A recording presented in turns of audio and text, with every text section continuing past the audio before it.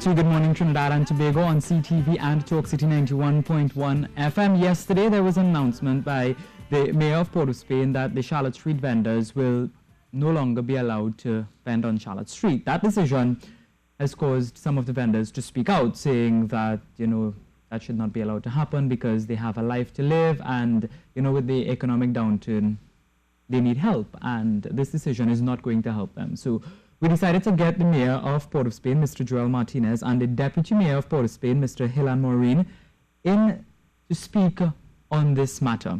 Good morning and welcome, gentlemen. Good morning to you, and good morning to the city of Port of Spain. Good morning to your viewers. Mayor Martinez, I want to start with you because the announcement was initially made by you that the vendors from Charlotte Street will not be allowed to be there anymore and they are to be relocated.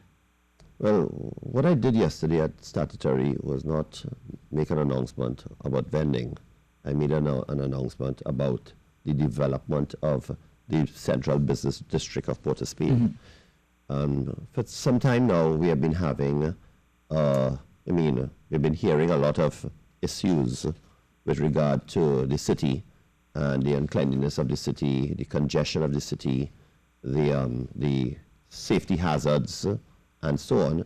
And we have been looking at the overall picture on how do we develop and re-engage the economic development of the city of Port of Spain, especially the downtown area.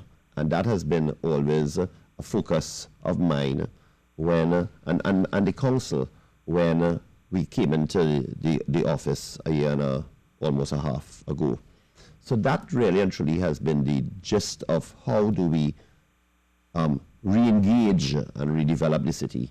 And the thing about it is that, yes, it involves vending, but it also involves parking. It also involves the cleanliness of the city and the removal of the homeless and finding a proper place for them to reside.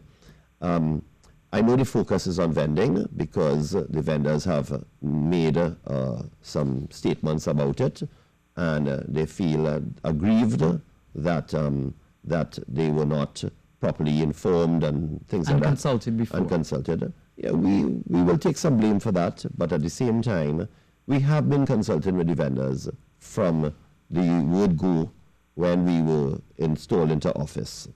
And we have always indicated to them that there's a problem on the street, and it has had, it's a perennial problem that existed some time ago. We have looked for all types of different ways to assist the vending population in Port of Spain. We've exhausted a lot of it. We have tried to restructure the program to bring it back to a point where we felt it would have worked. But when you're dealing with the vending population, you're dealing with people who are traversing our streets and so on, and you're faced with a number of issues that occur every day when we hear that people lose, somebody snatch their handbag, you get a pickpocket, there's a murder, there's a whatever it is, and crime, the sense of crime starts to increase.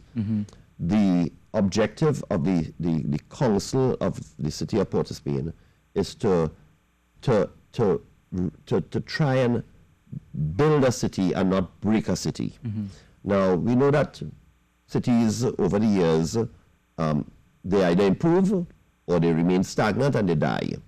Port of Spain is in a precarious position whereby we've heard people don't want to go down to Port of Spain again. Because of that. Now, there's a part of Port of Spain that looks really, really nice. And if you take Frederick Street and you go the other way, you will feel very comfortable. There's the government campus. There's the restructuring of the renovation of the Red House. There is upper Port of Spain where you have the schools and so on. And those areas, people have no problem with it. But people talk about Charlotte Street, George Street, Nelson Street, Duncan Street, and that is really and truly where our population of downtown Port of Spain live.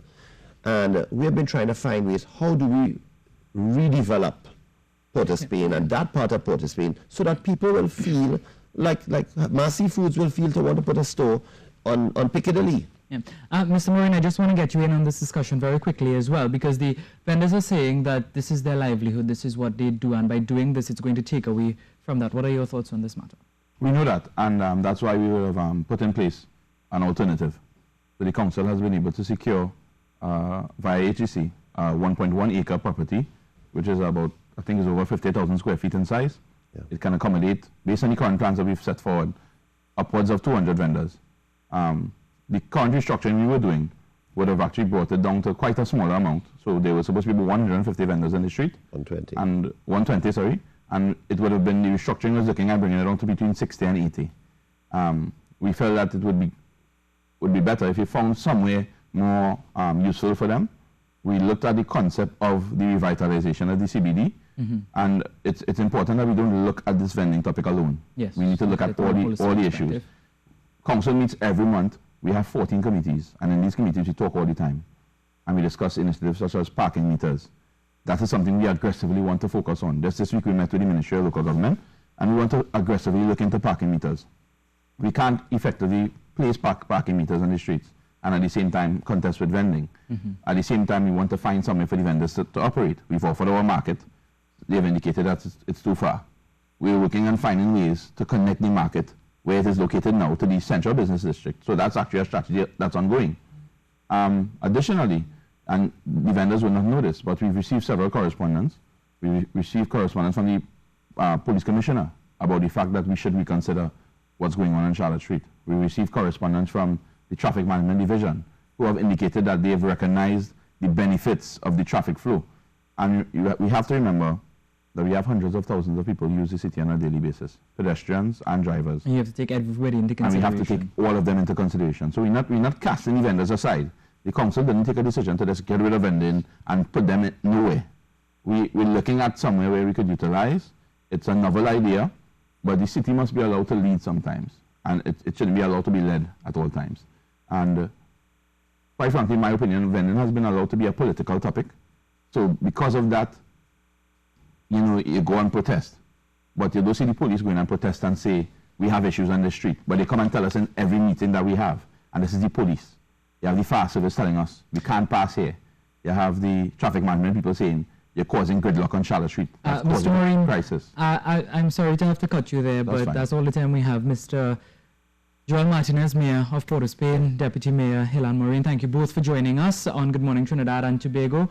This has been another edition of Good Morning Trinidad and Tobago on CTV and Talk City 91.1 FM. Thank you very much for joining us. We will see you again tomorrow. Take care.